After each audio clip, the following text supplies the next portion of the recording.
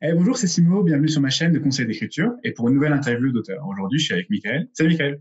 Salut, merci à toi de m'accueillir sur ta chaîne, hein, c'est super cool. C'est très très cool, je suis très content de t'avoir et qu'on Moi puisse discuter aussi, ensemble pendant un petit moment. Très très cool. ouais. Est-ce que, on va commencer cash, est-ce que pour ceux qui ne te connaissent pas, tu pourrais te présenter en quelques mots avant qu'on enchaîne sur d'autres questions? Bah bien sûr. Alors moi c'est Michael Bieli ou Michel Belli, hein, ça dépend des gens. Région. J'ai 27 ans et je suis l'auteur d'une saga de fantasy qui s'appelle Mardas. Et je travaille en auto-édition depuis un peu plus de 2 ans maintenant. J'ai aussi une chaîne YouTube où je partage mon expérience en tant qu'auto-édité et quelques conneries aussi autour de cette thématique. Je m'amuse bien, c'est cool. Ouais, c'est très très cool. Je mettrai dans les légendes ta chaîne YouTube parce que Ah, c'est vraiment, gentil. elle vaut le coup pour ceux que C'est ça gentil, c'est intéresse gentil. d'aller voir. Ouais. De toute façon, je pense que voilà, comme je t'ai dit, je pense que je ferai un petit best-of aussi de cette interview et je mettrai aussi un lien vers ta chaîne pour que les gens puissent découvrir l'interview en intégralité. Ouais. Ça va être cool. Mortel. Alors, est-ce que tu peux nous dire, donc là, tu as écrit le premier tome de ta duologie, qui est une duologie pour l'instant, mais qui va être une trilogie, ça? 5, il y en a 5 en tout. Comment on dit 5 déjà? Eh ben, tu vois, j'ai un trou là. Aussi. Tétralogie pour 4. Eh ben, je sais pas. On va regarder. Je mettrai ça dans les légendes pour ceux que ça Oh intéresse. mon dieu. Mystère. En tout cas, bon, c'est compté jusqu'à 4, en tout cas. C'est bien. On va dire 5, c'est bien, c'est plus facile. Ouais. Voilà, 5 bouquins. Ok. Est-ce que tu peux nous dire depuis quand est-ce que tu écris et nous parler un petit peu de comment ça t'est venu cette envie d'écrire? Alors, grosse question, ça va être une grosse réponse. Très bien. Concrètement, depuis pas si longtemps que ça. Je dirais maintenant que ça fait depuis 2015, je crois. Ça a fait un peu comme avec Estelle que tu as interviewé. C'est une idée qui m'est venue du jour au lendemain. Et la plupart des collègues, tu vois, ils écrivent depuis qu'ils sont gosses. Et moi, non. Moi, je crée des histoires depuis que je suis gosse, mais dans ma tête. Jamais dans la vie. Jamais dans la vie, j'ai pensé à les coucher sur papier. Ça m'intéressait pas, si tu veux. Et en fait, à la base, moi, je voulais travailler dans le cinéma. D'ailleurs, à l'époque, je travaillais dans la post-production, audiovisuel, montage, effets spéciaux numériques, tout ça. Okay. Je réalisais des pubs en motion graphique pour des clients, pour pouvoir manger, si tu veux, mais ça marchait pas des masses, en fait. J'étais très bon dans ce que je faisais, mais j'étais très mauvais en business. Ce qui fait que je me faisais entuber en permanence par les clients.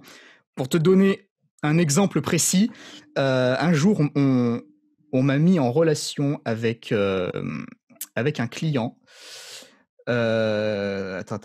Attends. Et en fait, ce client voulait un logo pour son sex shop qui allait ouvrir. Mais c'est pas le petit sex shop de rue un peu creepy, tu vois. C'est vraiment le truc, c'est la superficie d'un Intermarché, si tu veux. Ah oui, okay. Un vrai magasin, un des plus gros de ma région. Ça se voulait un peu classe. Et bref, je rencontre le client et sa tête me disait un truc. J'avais déjà vu ce mec ailleurs. Et en fait, c'était à la télé. Le mec avait fait un tellement vrai. Je te parle de ça, c'était il y a presque 10 ans. Ouais, okay. Le sujet, c'était genre, je suis échangiste avec ma femme, une connerie comme ça. Ça m'a fait rire, tu vois, sur le coup, quand je l'ai vu, je fais putain. Ah, c'est toi. Et en gros, le courant passe bien avec cette personne. Je commence à bosser de mon côté. Ça se passe bien. Et sans demander d'acompte ou quoi, grosse erreur. Les enfants, ne faites jamais ça, d'ailleurs. Et j'envoie un premier échantillon. C'est pas encore ça, mais c'est normal, c'est un premier échantillon. Je retravaille dessus, j'envoie un deuxième échantillon, et là, j'ai plus de réponse. Et 1 an après, je passe en voiture et je vois, tu sais, ces espèces de gros panneaux publicitaires. Et je reconnais mes 2 logos qui ont été fusionnés en un seul. Ce qui fait que du coup, c'est même plus ma création, tu vois, mais c'est clairement à partir de ce que j'ai fait. Mais tu voulais que je fasse quoi? J'ai pas de contrat, j'ai pas de boîte, j'étais basé sur la confiance. Merde. J'étais un putain de naïf, aucun pouvoir, donc... Ah bah ouais. Forcément, tu sais, quand t'es un petit jeune qui démarre, qui connaît rien au monde du business, et qui te sort le même travail qu'une boîte professionnelle à moindre coût, forcément, les mecs, ils sont pas cons, hein, ils vont aller bouffer le jeune. Ouais, c'est clair. Et puis ils l'ont gratos, du coup. Ouais, bah voilà. Donc, bref. Et du coup, à l'époque, je faisais aussi des courts-métrages avec un de mes meilleurs amis, pour le plaisir. D'ailleurs, j'en parle dans une de mes vidéos sur la chaîne, je montre le reportage de France 3. Qui a été fait sur nous. On avait remporté un concours de court-métrage qui a été diffusé sur Ciné+, donc c'était super cool, tu vois. Et moi, si tu veux, j'adore toujours mettre des images sur une histoire. Et je rêvais de pouvoir réaliser mon propre long-métrage avec ma propre histoire, tout ça. Et j'avais commencé à l'écrire. Et j'en parle d'ailleurs dans une vidéo aussi, c'était un thriller basé sur un tueur en série masqué qui terrorisait le pays depuis une trentaine d'années. Enfin bref, le scénario, c'était pourri, si tu veux. C'était la facilité. Mais par contre, le personnage principal, à savoir le tueur, me fascinait depuis des années. Je voulais faire quelque chose autour de ce personnage. Le problème, c'est que j'avais trop tendance à faire basculer l'histoire dans un côté fantastique. Le personnage passait pour une espèce de seigneur des ténèbres et ça collait pas du tout avec l'univers. L'univers était contemporain à la base. Ouais, ça se passait chez nous, tu vois, mais il y avait un décalage de genre. Alors ça peut rendre un truc intéressant en fait, si ça peut être cool. Mais c'était pas ce que je voulais faire. Et enfin, on sortait du cadre du thriller et ça ressemblait plus du tout à l'histoire de base. Et pour rire, parfois, j'essayais d'imaginer ce personnage dans un univers de fantasy. Et à force de faire ça, j'ai fini par y prendre goût. Et c'est comme ça que Mardas est né. Alors, pas tout à fait, parce que la fantasy, visuellement, faut de gros moyens pour rendre ça crédible. Ouais. Tu peux pas débarquer avec ta caméra et dire « Allez, on tourne ». Il faut au moins le budget de Game of Thrones pour que ça paraisse pas cheap à l'image. Et j'avais pas ce budget. Et du coup, j'entrais encore dans une espèce de frustration créative parce que j'avais essayé toutes les formes d'art, si tu veux, art, spectacle, musique, cinéma, graphisme, tout ce qui me passait par la tête. J'avais une soif créative, c'est comme ça que je dis, une soif créative que j'arrivais pas à assouvir. C'était vraiment insupportable, ça me rendait vraiment triste. Et je rêvais de pouvoir vivre d'une de mes passions artistique, je rêvais de vivre de mes créations, je voulais divertir les gens, c'est ce que je voulais faire, je me sentais fait pour ça et pour rien d'autre. Et après 13 ans d'expérience dans le monde du divertissement, je venais d'arrêter le spectacle à ce moment-là, j'ai jamais réussi à m'épanouir comme je le rêvais. Et j'enchaînais les échecs et les déceptions, tout ça. Et alors que j'avais vraiment aucune prédisposition pour ce domaine, vraiment c'était la dernière chose que je voulais faire pour créer, je me suis lancé dans l'écriture. Et là, tout a changé. Ça a fait... C'était compliqué parce que, comme je te l'ai dit, comme je l'ai dit dans une vidéo en tout cas, j'ai dû tout réapprendre depuis le début parce que j'étais bidon en français. Ah ouais, non, mais j'étais vraiment nul. Hein. J'avais vraiment un niveau collège, mais genre niveau, peut-être pas 6e, pas déconner, mais par là, tu vois, j'étais pas très bon. Okay. Et du coup, j'ai dû tout réapprendre depuis le début, c'était compliqué, surtout qu'avant aussi, j'avais jamais rien écrit avant. C'était la première fois que j'écrivais une histoire. Donc, pour ceux qui ne savent pas, du coup, Mardas, c'est mon premier roman. Et je savais pas par où commencer. Je connaissais pas les règles, je faisais n'importe quoi. J'essayais de regarder des tutos à droite à gauche, mais il y avait rien qui me satisfaisait, si tu veux. J'ai mis 4 ans et 3 ans et demi juste pour trouver le scénario. Et après, ensuite, l'écriture a vraiment commencé. Mais au début, j'avais juste le personnage de Mardas et quelques autres persos, mais rien de bien défini. Le truc, c'est que j'allais jamais plus loin que les 30-40 premières pages. Parce que tant que je détenais pas le scénario, le vrai, je voulais pas aller trop loin, en fait. Et du coup, je recommençais en boucle et ça me prenait la tête et l'histoire a changé des dizaines de fois. Même le rôle de certains persos, l'écriture était pourrie. J'ai tout encore, je garde tout d'ailleurs. Peut-être qu'un jour je fais une vidéo sur ça parce que y a moyen qu'on se foute de ma gueule, ça peut être marrant. Mais c'était les débuts, quoi. Et c'était marrant parce que à l'époque, je me souviens, j'avais des amis qui écrivaient des textes. C'était des textes sur ce qu'ils ressentaient, tout ça, tu vois. Et moi, j'arrivais pas à accrocher. J'étais pas sensible à cette forme d'art. Moi, il me manquait la musique, les images, tout ça. Ouais. Et jamais j'aurais pensé devenir écrivain. Tu m'aurais dit ça il y a 6 ou 7, 8 ans, jamais je t'aurais cru. J'étais bidon en français. Qu'est-ce que tu me parles d'écrire un livre? J'ai raté mon brevet, j'ai abandonné l'école à 16 ans pour faire de la scène. D'où je vais écrire un livre? C'est marrant les tours que la vie te joue des fois quand même. Ah, mais c'est clair. Mais du coup, c'est ouf. Surtout si tu avais, tu sais, en même temps, c'est possible. Mais du coup, tu sais, tu passes du stade où en fait, tu n'y as jamais pensé à où là, tu es en train d'écrire ton deuxième bouquin, tu vois. Non, mais c'est totalement ça. Mais c'est aussi pour ça que je me considère un peu comme une fraude auprès de mes collègues, si tu veux. Okay. J'arrive pas à me sentir pleinement écrivain, même si c'est ce que je suis sur le papier, tu vois, mais j'ai pas la passion des mots, tu vois, comme les autres. J'ai la passion de la création, de l'art, des émotions qu'on peut générer sur les autres à travers une œuvre. C'est ça qui me fait vibrer. Mais écrire juste pour écrire, ben, tu vois, non, j'aime quand même travailler mes phrases. Faut pas croire que je bâcle l'écriture. C'est quand même pas pour rien que je mets 2 ans à écrire un putain de livre. Mais j'aime travailler, si tu veux, mes tournures de phrases et faire des trucs cool, mais c'est pas ça que je veux mettre en avant. T'as des auteurs, ils ont rien à raconter, ils veulent juste mettre en avant la plume parce qu'elle est excellente et ça vaut le coup de la lire. Moi, c'est l'inverse, tu vois, je préfère mettre en avant l'histoire, l'univers, les personnages. Pour moi, c'est ce qui compte le plus. Du coup, c'est vrai que j'ai du mal à me fondre dans la masse des auteurs sur Booksta, par exemple, parce que entre eux, tu vois, ils adorent parler d'écriture, de livres qu'ils ont lus et tout. Et moi, c'est pas spécialement des conversations qui m'intéressent à la base. Si tu me parles de scénario, oui, tu vois, je suis à fond, hein, comment amener des scènes, créer des dialogues, tout ça, y a pas de souci, j'adore, je suis à fond. Mais j'arrive pas à rentrer dans le délire l'écriture, c'est ma thérapie, c'est tout pour moi, c'est ce qu'ils mettent dans la vie, parce que je le ressens pas du tout comme ça, moi. Pour moi, l'écriture, c'est un moyen de création, c'est un outil, une façon parmi 1000 autres de raconter une histoire. Même si j'y ai pris énormément de plaisir, hein, je prends beaucoup de plaisir à écrire, en plus qu'au début, en tout cas, parce qu'au début c'était compliqué, hein, je prenais pas trop de plaisir, mais au début, maintenant c'est bon, hein, j'adore me foutre devant mon PC et quand je suis en séance d'écriture, c'est bon, je suis devenu accro. Mais j'ai pas le même rapport à l'écriture, je suis pas attaché à l'écriture comme la majorité. Je suis attaché à mon œuvre, à mon travail dans sa globalité, je vis pour mon art, c'est ça qui me donne une raison de vivre. Mais du coup, c'est vrai que dans la sphère des auteurs, j'ai pas le sentiment d'être à ma place. Je le vis bien en vrai, hein, je m'en fous. Hein. Moi, je fais mes trucs dans mon coin, j'ai pas ce besoin d'appartenir à une communauté. De toute façon, depuis tout petit, je déteste être dans des groupes, donc ça va, tu vois. Mais ça m'empêche pas de me faire pote avec des auteurs et de faire des rencontres formidables. Je parle avec tout le monde, je rigole avec tout le monde, l'ambiance est géniale. Et puis, il s'avère que tu as des potes auteurs aussi. Ah oui, non, mais j'en ai quelques-uns et c'est des amours, tu vois, j'adore parler avec eux. Mais je sais que c'est aussi mal perçu par certains, le fait que sur le plan du travail, tu vois, je me la joue un peu perso, que je préfère être dans mon coin, que je participe pas dans les groupes. Mais je demande rien à personne, moi, tu vois, je demande de l'aide à personne, je me démerde tout seul depuis le début.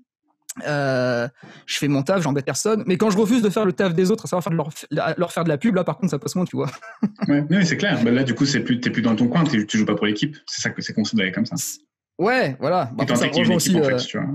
C'est ça. Après, ça rejoint ma vidéo coup de gueule sur les auteurs qui en branlent pas une et qui veulent que tout leur soit sérieux sur un plateau. Mais après, ça, c'est un autre débat. C'est ma vision de l'auto-édition. Je sais qu'elle dérange, mais voilà.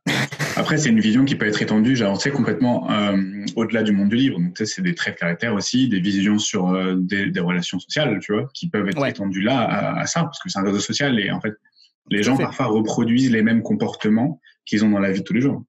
Exactement, ouais.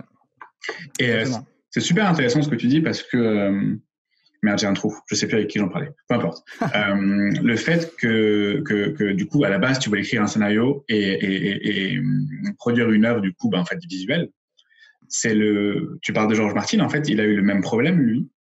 Et c'est pour ça qu'il a écrit, il était scénariste dans le cinéma, entre autres. Ouais. Pour la télé, non, il me semble. Pour la télé, il a fait les deux. Ouais.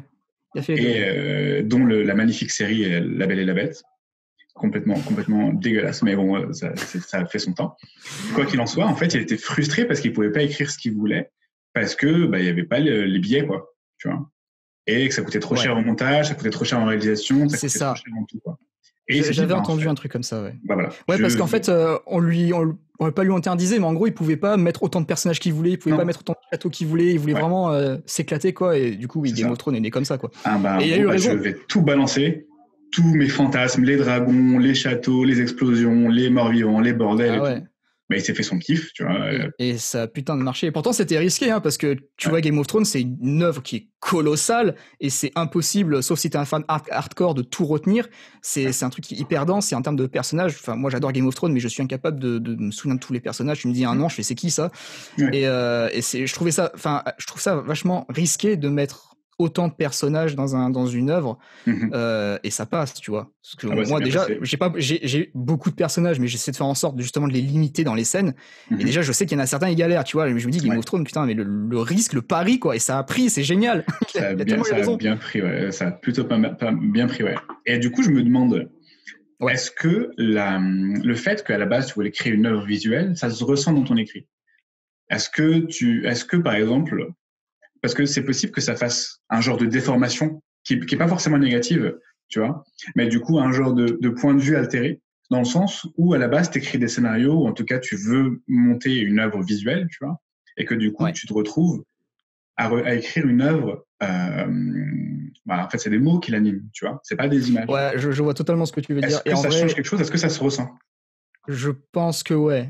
Okay. Mes bêta-lectrices, elles le ressentent, elles me disent que ça fait... Ouais, c'est une déformation professionnelle parce que du coup, je fais beaucoup de mise en scène dans mes scènes. Je place la lumière, je place les ombres, je place plein de trucs, tu vois. Et forcément, l'image se crée assez facilement dans la tête. Ouais. Mais je sais pas si tous les auteurs font ça aussi, tu vois, si dans leur tête, ils ont leur film et ils écrivent en fonction de ce qu'ils voient, ils écrivent leur film, en fait. Je sais pas comment les autres fonctionnent. Moi, j'ai le film dans la tête, j'ai les plans, j'ai les angles de caméra, j'ai tout, tu vois, donc j'écris en fonction de ça. Ah oui. Donc oui, je pense que ça se ressent.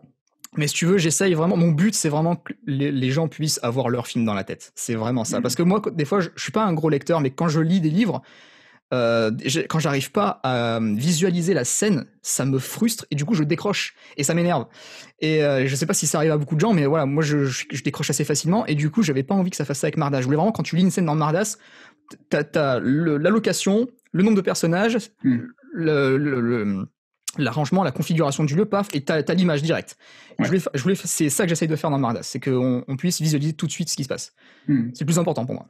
Ah, je comprends. Oui, parce qu'en fait, alors ça peut avoir un nom, ça n'a pas de nom, mais en tout cas, ça s'appelle le syndrome de la pièce blanche. Ah bah écoute, tu m'as appris un truc. En gros, quand tu sais pas où sont les gens, tu sais, il y a des mecs, des meufs, tu sais qu'ils sont en train de parler, mais t'as pas d'endroit d'où se passe la scène. Et du coup, c'est que sa séquence c'est pas bien amenée. Parfois c'est volontaire, pour plein de raisons. Parfois c'est parce que c'est pas fait, tu vois. Après, parfois c'est aussi la faute du lecteur, hein. C'est aussi parce que, enfin, ma faute à moi, pas la faute du, enfin, tu vois ce que je veux dire, parce qu'il a sauté une phrase, il a été déconcentré pendant une minute, tu vois. Donc je sais que des fois c'est pas la faute de l'auteur. Quand je lis un bouquin que je décroche, je dis que c'est ma faute parce que j'ai raté un truc, tu vois. Donc j'essaie de revenir. Mais oui, en vrai, oui, ça peut venir des deux côtés. C'est intéressant, c'est très original du coup, parce qu'en fait, je ne suis pas sûr que tous les écrivains le fassent de ce point de vue-là, parce que beaucoup, certains, hein, le moteur, c'est du coup l'émotion que tu procures. Ça veut pas dire que tu le fais pas, mais que du coup, c'est ça qui est mis en avant en premier, et que du coup, c'est ça, et que en fait, le reste devient presque secondaire, tu vois. Et je vois. Le fait que ce soit visuel, en fait, ça donne des images, en plus de faire ressentir des choses. Et je trouve que c'est une richesse en plus dans le bouquin. En tout cas, moi, je préfère quand c'est fait comme ça. Bah, pour moi, tous les auteurs fonctionnent plus ou moins comme ça. Genre, ils écrivent leur film. Donc, pour moi, voilà. Mais oui, t'as raison. Oui, je pense qu'il y en a qui aussi fonctionnent comme ça. Ils fonctionnent à l'émotion plutôt qu'à l'image. J'essaie de faire un peu les deux. Ouais, c'est cool. Bah, franchement, très bien. Moi, j'espère. Enfin, je préfère lire des bouquins comme ça, moi, de mon côté. Donc, moi aussi, du coup. Ouais. Alors, donc, tu fonctionnes comme ça. C'est super intéressant comme méthode. Et est-ce que tu peux... parce que là, tu es en train de... donc, tu sors ton deuxième tome dans un peu moins d'un mois, 3 semaines. Ouais, 3 semaines par là. Le 30 octobre. Je suis bidon en calcul, hein, mais je crois que ça fait 3 semaines. Hein. Bon, pas loin. Impeccable. Donc, c'est vraiment dans pas longtemps, quoi. Ah ouais. Donc, tu es en train d'écrire ton deuxième. Enfin, tu l'as fini, mais en tout cas, il sort. Ouais, oui, parce que si je suis en train de l'écrire... t'es rapide, t'es précoce. Ah, putain. Est-ce que tu considères que tu es un écrivain? Parce que tout à l'heure, tu parlais du fait que tu n'arrivais pas à te positionner Bookstagram tout tralala. Mais il y a d'autres aspects. Peut-être que c'est des considérations personnelles, tu vois. Tu le fais pas pour plein de raisons, mais ça ne veut pas dire que tu ne te considères pas comme un écrivain. Est-ce que tu te considères, toi, comme un écrivain? Et si oui, comment c'est venu? C'est quoi le cheminement qui fait qu'on arrive jusque-là? Je sais pas si on peut appeler ça le syndrome de l'imposteur, ce que j'essaye d'expliquer, parce que du coup, je me sens pas écrivain, mais par contre, je me sens auteur. Moi, j'y vois une nuance, tu vois. Il y a une nuance, de toute façon. C'est quoi la nuance pour toi? Un écrivain, c'est vraiment la personne qui est amoureux des mots, amoureux des phrases, vraiment, et à fond dedans. Et l'auteur, ça peut être n'importe quoi, tu vois. Ça peut être l'auteur d'une chanson, l'auteur de n'importe quoi. Donc, auteur, c'est plus vague. Je me sens auteur. Oui, je suis l'auteur de Mardas. J'ai écrit Mardas. Après, je me sens pas forcément écrivain. Quand j'imagine écrivain, tu vois, c'est vraiment le cliché que j'ai dans la tête, le cliché dont je me fous tout le temps dans mes vidéos, avec la veste en tweed et tout. Donc c'était quoi la suite de la question? Du coup, en fait, donc tu te considères pas comme écrivain, enfin, tu te considères comme auteur, du coup. Ok. Ouais. Est-ce que dès que tu as commencé à écrire Mardas, tu t'es considéré comme auteur ou est-ce que c'est venu petit à petit? Non, en fait, tant que j'avais pas sorti Mardas, je me considérais pas comme un auteur. Je voulais vraiment gagner ce titre, entre guillemets, même si tout le monde me disait, mais si, t'es auteur, t'as écrit quelque chose. Et en vrai, oui, à partir du moment où t'écris quelque chose, t'es né l'auteur, c'est indéniable. Oui. Mais voilà, dans ma tête, je voulais mériter ce titre. Donc, je voulais vraiment aller au bout du projet. Parce que, si tu veux, dans tous les projets que j'ai faits, je suis rarement allé au bout. Mardas, c'est vraiment un des seuls où je suis allé au bout. Bon, au bout. Il m'en reste 5 encore à écrire, hein, mais au bout du premier, déjà, c'est bien. Mais plus que 4, plus que 3 à écrire. Plus que 3, voilà. Et qu'est-ce que je disais? Oui, du coup, bah, je voulais mériter ce titre. Donc, je me suis senti auteur à partir du moment où il a été publié et à partir vraiment du moment où les gens ont commencé à l'apprécier, à l'aimer, à me faire des bons retours, à me dire que c'était bien ce que j'avais fait. Comme c'était mon premier roman, tu vois, moi je m'attendais vraiment au bide le plus absolu de l'enfer et qu'on me dise c'est de la merde, tout ça. Et j'ai été agréablement surpris parce que c'est mon premier roman, donc forcément, moi je m'attends. Normalement, tous les premiers romans, tu vois, ils ont tous les défauts du monde. Ouais. Et là, pour le coup, j'étais super étonné que les gens viennent me voir et me disent bah, j'ai beaucoup aimé ton bouquin et tout, c'était super, continue comme ça. Et du coup, à partir de là, je me suis dit bon, je pense que je peux me considérer comme un auteur. C'est bon. C'est cool. Et est-ce que ça se renforce là avec le deuxième? Ou est-ce que ça change rien? Ou t'attendrais qu'il sorte pour voir si ouais, ça non, mais si, quand même. À la limite, maintenant, j'ai presque envie de te dire, je me sens plus écrivain. Je suis presque prêt à m'appeler écrivain, tu vois, parce que autant le premier tome, c'était tellement compliqué que vraiment, je m'arrachais les cheveux. Je prenais du plaisir à créer mon histoire, mais je prenais aucun plaisir à écrire parce que il fallait tout réapprendre, tu sais, les conjugaisons, la grammaire, les règles, tout ça, tu sais. Donc là, ça va beaucoup mieux. L'écriture du tome 2 a été beaucoup plus agréable, donc ouais, je me sens quand même un peu plus écrivain. Et oui, non, franchement, ouais. C'est cool. Bah, ça se trouve, tu sais, ce sera encore plus au 3e, au 4e, au 5e, quand t'aimeras une nouvelle histoire, tu vois. Ouais, bah carrément. Ouais, c'est cool. Et est-ce que tu penses, ou est-ce que tu considères, ou est-ce que tu espères, ou est-ce que tu fais déjà, considérer l'écriture comme ton métier?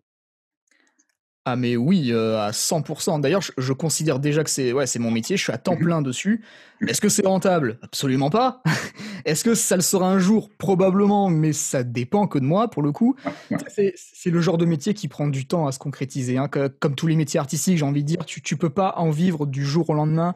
Il y a un voyage à effectuer avant d'atteindre cet objectif. C'est un clair. Voyage qui est semé d'embûches. Et ouais, c'est des obstacles qui feront tout pour te démotiver. T'as intérêt à avoir une armure, tu sais, en écaille de dragon pour te mesurer à toutes celles et ceux qui chercheront à te faire tomber d'une manière ou d'une autre. Il faut pas les affronter. Il faut encaisser leurs coups et les contourner, comme des PNJ dans un jeu, tu vois. Et d'où l'armure en écaille de dragon, parce qu'il y en aura beaucoup. Ils te diront que c'est pas viable, tu vois, que t'es pas fait pour ça, que c'est de la merde, que tu perds ton temps, que tu connaîtras jamais le succès. Et moi, je considère que j'ai eu énormément de chance avec ça dès le début. Et je vais te dire un truc que j'ai jamais dit nulle part. Moi, je viens de la mission locale. Pour ceux qui savent pas, c'est un dispositif d'accompagnement à l'emploi, genre Pôle emploi, tu vois, mais en mieux. Et pour les moins de 25 ans. J'ai passé des années là-bas, dans ma mission locale de Draguignan. Ils me connaissent tous, ils ont l'habitude de mes projets farfelus qui marchent pas. C'est typiquement le genre d'endroit où, en tant qu'artiste, tu t'attends à des remarques comme « Écoute, arrête de rêver, tiens, je t'ai trouvé un stage à Carrefour, vas-y. » Et c'est légitime, je comprends totalement la démarche. Moi, mon conseiller a toujours été de mon côté, ce qui est extrêmement rare dans ce genre de structure, je tiens à préciser. Il m'a toujours encouragé à aller au bout de mes projets artistiques, quitte à prendre des risques lui-même pour me permettre de poursuivre certains projets, comme l'écriture, justement. D'ailleurs, je cite son nom dans les remerciements du premier tome, parce que sans lui, j'aurais jamais pu achever mon premier temps et en heure, parce qu'il m'a permis d'avoir une aide financière pour pouvoir faire ça à plein temps. Et c'est trop marrant parce que quand j'ai terminé le bouquin et que je l'ai apporté à mon conseiller pour lui montrer que c'était pas du flan et tout et qu'il avait raison de me faire confiance, t'as le directeur de la mission locale qui est arrivé et qui m'a convoqué dans son bureau. Et autant te dire que c'est pas courant ce genre de situation. En général, ça annonce du mauvais. Ouais. Et le mec, il m'a félicité, il m'a encouragé, il m'a donné tout son soutien et il m'a dit écoute, j'ai envie d'appeler une équipe de tournage pour faire un portrait sur toi et je veux que tu viennes avec moi au conseil général du Var pour parler de ton projet devant une espèce d'assemblée mes couilles. Et moi, j'étais là genre, attends, quoi? Attends, je suis probablement un des seuls de la mission locale qui fait aucune recherche d'emploi, qui en branle pas une, pour eux. Ouais. Et tu viens de me féliciter, alors que j'en connais qui se cassent le cul pour avoir des entretiens d'embauche, qui font des démarches de ouf pour avoir un job mal payé juste pour pouvoir bouffer à la fin du mois. Et c'est moi que tu félicites, tu vois, je me sentais un peu mal. Pour le coup, je me sentais pas du tout légitime. Bon, au final, ça s'est pas fait le truc du conseil général parce que je le sentais pas du tout ce coup-là, ça n'avait pas trop le rapport avec ce que je faisais, mais bref. Tout ça pour dire que je me sentais chanceux d'être tombé sur des gens, certaines personnes qui m'ont permis de me lancer alors qu'ils avaient aucune raison de le faire, quoi. Mon conseiller, je suis venu le voir, je lui ai dit, bon, écoute, j'ai écrit un bouquin, est-ce que t'es derrière moi? Il me fait, ok, allez, vas-y, je vais t'aider. Tu dis ça à un conseiller Pôle emploi, il va te dire, mais Qu'est-ce que vous racontez? Qu'est-ce que tu... Non, fais pas ça, va mettre des trucs en rayon, tu vois. Ouais, c'est un hobby, qu'est-ce que tu fais? Et je remercierai jamais assez ma mère pour avoir cru en moi et m'avoir permis d'aller au bout du projet, parce qu'à l'époque, j'étais dans une précarité assez violente. Je vivais dans un 15 mètres carrés avec ma mère, on dormait dans la même pièce, le salon, elle sur un clic-clac, moi sur un lit de camp, et c'était minable comme situation, tu vois, ça a duré 4 ans. Et malgré ça, tu vois, elle m'a dit, ok, tu vas pas travailler dans le sens travail, le sens alimentaire. Elle m'a dit, ok, tu vas pas travailler, j'accepte, mais par contre, mon coco, t'as intérêt à finir ce livre, t'as intérêt à tout faire pour que ça marche, parce que je serai derrière toi, je vais pas te lâcher, je vais te mettre un coup de pied au cul, et il est hors de question que tu restes à la maison et que t'en branles pas une. Et elle m'a permis de me lancer, et je lui dois tout, hein, clairement, et jamais j'arrêterai, jamais j'abandonnerai, ne serait-ce que pour elle, quoi. Donc, ouais. Ah putain, oui, c'est vrai que ça te donne une source de motivation de ouf, en fait. Ah, mais de ouf. C'est extraordinaire. Franchement. Et je sais qu'il y a plein de collègues à moi, tu vois, leurs parents, ils comprennent pas, leur entourage, ils comprennent pas, ils sont là, mais ok, c'est juste un passe-temps, qu'est-ce que t'essayes de faire avec ça?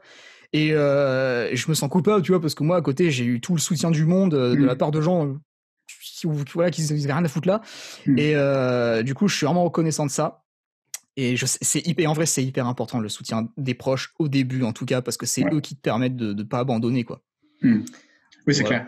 En fait, de dépasser parce que t'as plusieurs moteurs, mais t'as la motivation, et après t'as quand tu mets un vrai coup, parce que la motivation, en fait, elle dure pas forcément tout du long, tu vois. En fait, t'as la rigueur, tu vois. Et la motivation, en fait, quand tu la transcendes, après, t'es là en mode, tu sais, c'est les 30-40 premières pages, tu vois. C'est ça. Et t'es là, t'as dépassé ça, et t'es là, bon, bah, en fait, peut-être que je pourrais arrêter, peut-être que je pourrais faire autre chose, peut-être qu'en fait, je peux reprendre plus tard, etc., tu vois. Et quand tu as des moteurs comme ça très forts, le soutien de ta mère, le soutien de plein de gens autour de toi, ça te donne ce petit coup, tu vois. Exactement. Mais tu sais, quand j'ai envie d'abandonner, parce que ça arrive à tous les auteurs, tu vois, t'es là, à quoi ça sert, à quoi bon, pourquoi je me fais chier? Et du coup, moi, je repense à ça, tu vois, je repense à ma mère qui a cru en moi depuis le début, qui compte sur moi pour aller jusqu'au bout du truc. Donc là, pour le coup, tu vois, même si je le fais pour moi à la base, mais tu vois, mais si j'ai une baisse de motivation, je le fais pour elle. Et là, tout de suite, ça va mieux, tu vois. Non, mais c'est parfait. Et franchement, tout le respect, parce que beaucoup de gens ne font pas la même chose, parents, pas parents, tu vois, de soutenir des gens qui ont des projets très abstraits comme ça. J'ai eu énormément de chance parce que ma mère, elle me soutient depuis le début, genre rien que pour le spectacle, tu vois. Ton gosse, il vient de voir, il dit, écoute, je veux arrêter l'école parce que je veux me lancer dans la scène, je veux faire Michael Jackson. Quel parent, en vrai, sensé, va dire, ok. Mais elle y a cru, tu vois, elle m'a permis de le faire et je l'ai fait et ça a marché un temps. Je regrette absolument pas ce que j'ai fait, mais franchement, ouais, le soutien des parents, c'est important. Bien sûr. C'est très très cool. Franchement, bravo à elle et bravo à toi du coup d'avoir fini. Tu vois, bon, t'as fini le premier, mais t'en restes encore plein d'autres. Mon Dieu, oui, tellement. Rien que d'y penser déjà là. Désolé, faut pas te décourager. Je vais te parler d'un truc plus soft si tu veux. Est-ce que tu peux nous dire du coup, t'écris quoi comme genre littéraire? Parce que Mardas, donc c'est une histoire en 5 tomes. Ouais. C'est quoi le genre littéraire? Alors, basiquement, c'est de la fantasy. Avec un petit résumé, du coup. Ça, c'est cadeau. Évidemment, tu vas me poser cette question. Parle-moi de ton livre, voilà. Bah oui. Mais t'as vu, je l'ai amené discrètement quand même. Ouais, tu l'as fait en sneaky, là.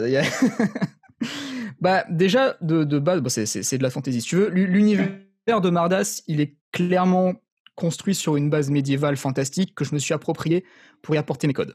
J'aime les univers qui sont colorés et malgré la noirceur de la trame principale, je tenais à créer un monde qui aurait, ça va faire un peu niais ce que je vais dire, mais qui aurait émerveillé l'enfant qui sommeille en moi, tu vois.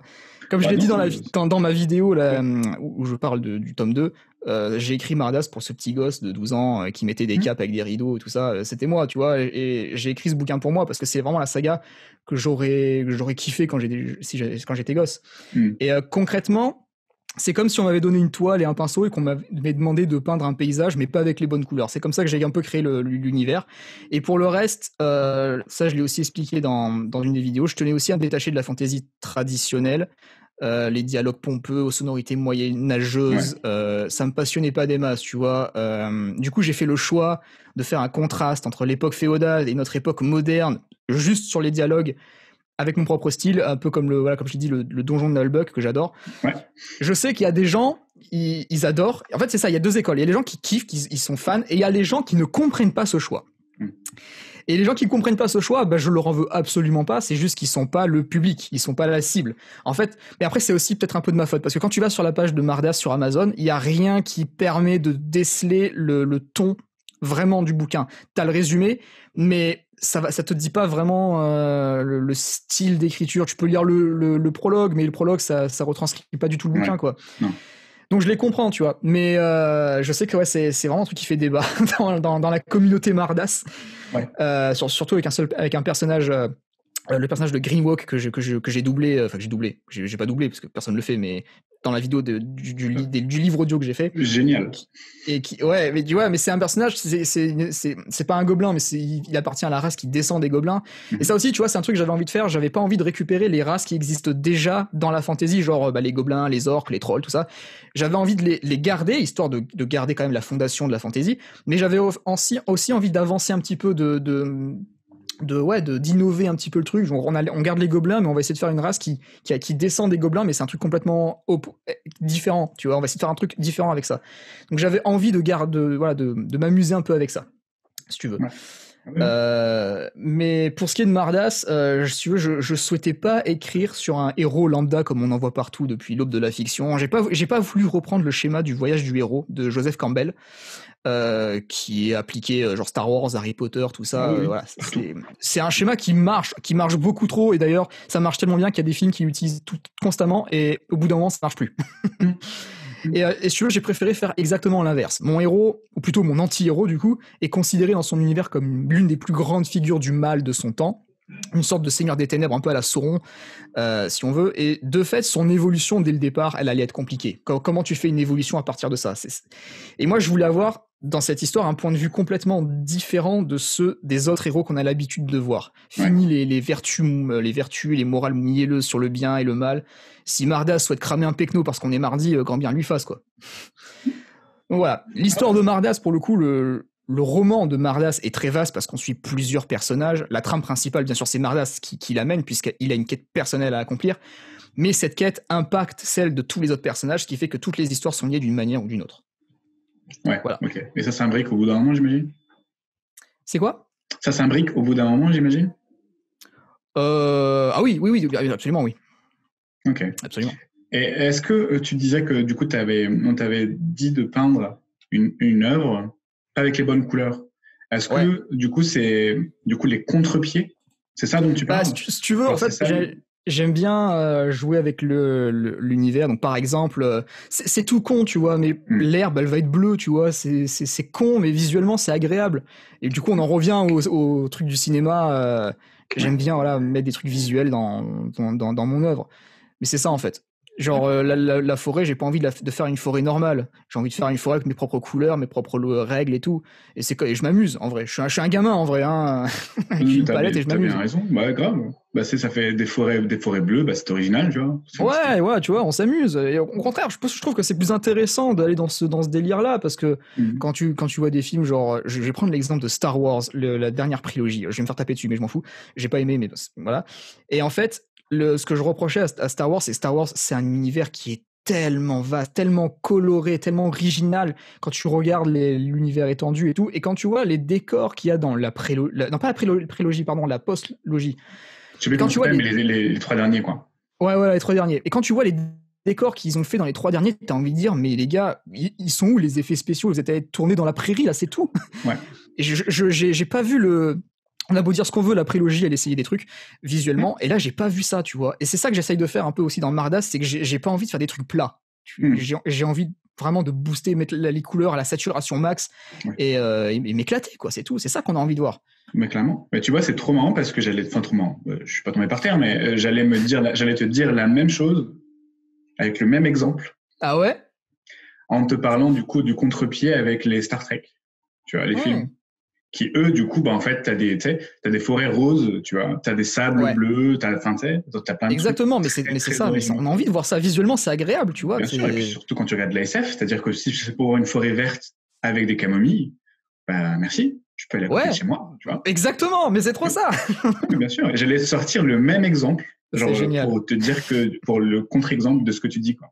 J'allais sortir la même chose, parce qu'effectivement, bah, t'as un océan bleu, ouais, ok, c'est cool, bah, bravo. Ouais, Bravo c'est con, l'originalité, les mecs. tu changes une couleur et ça devient intéressant. C'est clair. Ah, mais du coup, c'est d'autant plus original. En plus de ça, ça détonne avec les races que tu crées. Et c'est cohérent parce que donc ça découle de races existantes. Donc en fait, tu te repères quand même. Tu vois, j'essaye vraiment de faire ma propre fantaisie. En fait, j'ai pas envie de m'inspirer de la fantaisie des autres déjà parce que j'ai pas envie qu'on me dise que j'ai plagié un tel. Ouais. Et puis aussi, je trouve que c'est pas. Après, peut-être qu'on va venir sur les inspirations. Je t'en parlerai peut-être un peu plus, mais du coup, vas-y, on enchaîne.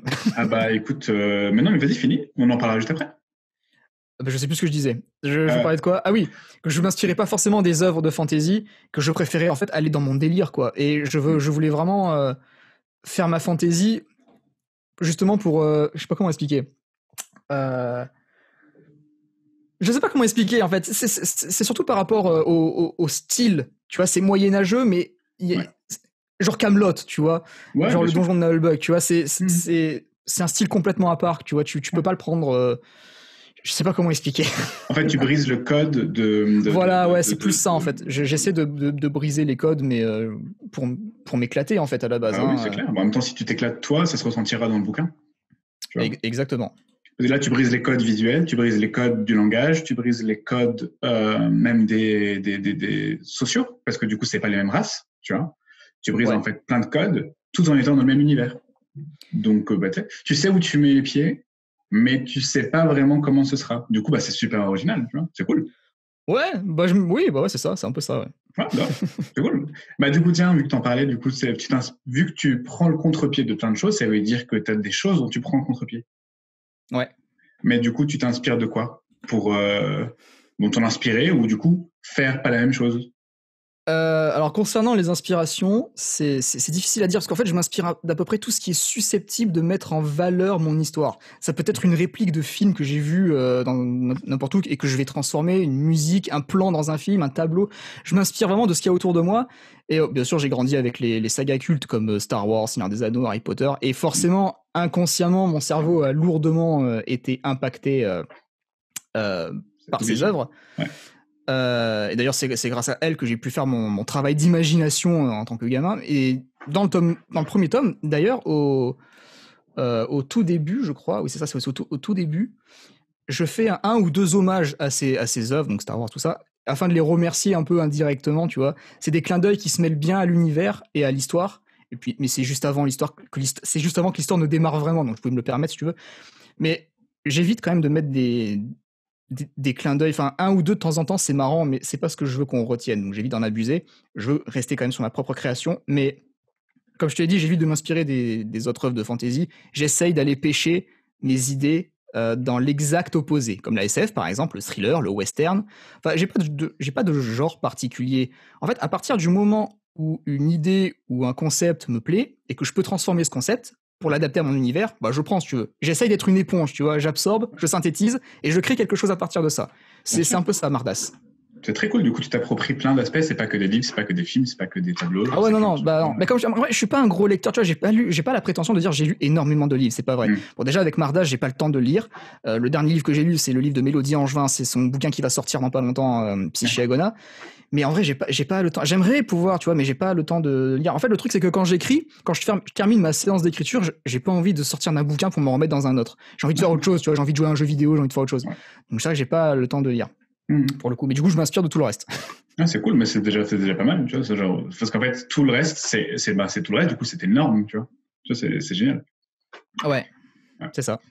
Et tu disais tout à l'heure qu'il t'a fallu 4 ans pour écrire le premier tome de Mardas. Comment ça s'est passé? Est-ce que non, je vais pas faire de suppositions, mais comment ça s'est passé? Comment est-ce que tu as fait évoluer ta méthode de boulot? Est-ce que tu bossais de la même façon au début à la fin? Est-ce que tu t'es amélioré du coup en modifiant ta méthode de travail? Et en plus de ça, est-ce que tu as eu une différence entre la façon dont tu as bossé entre le premier et le deuxième tome? Je t'enchaîne un petit peu là, je te mets dans les cordes. Non, mais au contraire. Alors, je vais te dire oui à tout. Impeccable. Bon, passe à autre chose. Non. Non, mais clairement, le premier tome, c'était mon premier tome, forcément, je découvrais absolument tout. Et je tâtonnais, quoi. J'essayais de voir quel était mon style. Je connaissais pas mon style encore. Je me suis beaucoup inspiré du style. Pour le coup, c'est un des rares livres que j'ai lu, enfin une des rares sagas que j'ai lu, qui est de David Gemmell, qui est un grand auteur de fantasy, qui a fait la saga. Alors je sais jamais comment le prononcer, la saga Draenei, je sais pas. Et je sais pas si tu connais David Gemmell. Non. Bon, c'est pas grave, mais du coup, là, c'est un grand auteur de fantasy qui vient de Grande-Bretagne, qui est mort du coup, et j'ai adoré en fait son style d'écriture qui se rapproche un peu du mien. Je me suis basé en fait sur lui, si tu veux, pour commencer à écrire, parce qu'il me fallait un modèle. Donc je me suis basé sur lui, et petit à petit, j'en suis venu à mon propre style. Le premier tome, on le sent, c'est indéniable, il y a des lacunes de style, ce qui est absolument normal. Mais par contre, dans le deuxième tome, là, je peux l'affirmer, j'ai trouvé mon style à 100%. C'est vraiment le style avec lequel je suis le plus à l'aise. On le décèle. J'arrive plus à parler. On le voit venir un petit peu dans le tome 1, mais avec le tome 2, on le voit, ça s'affirme.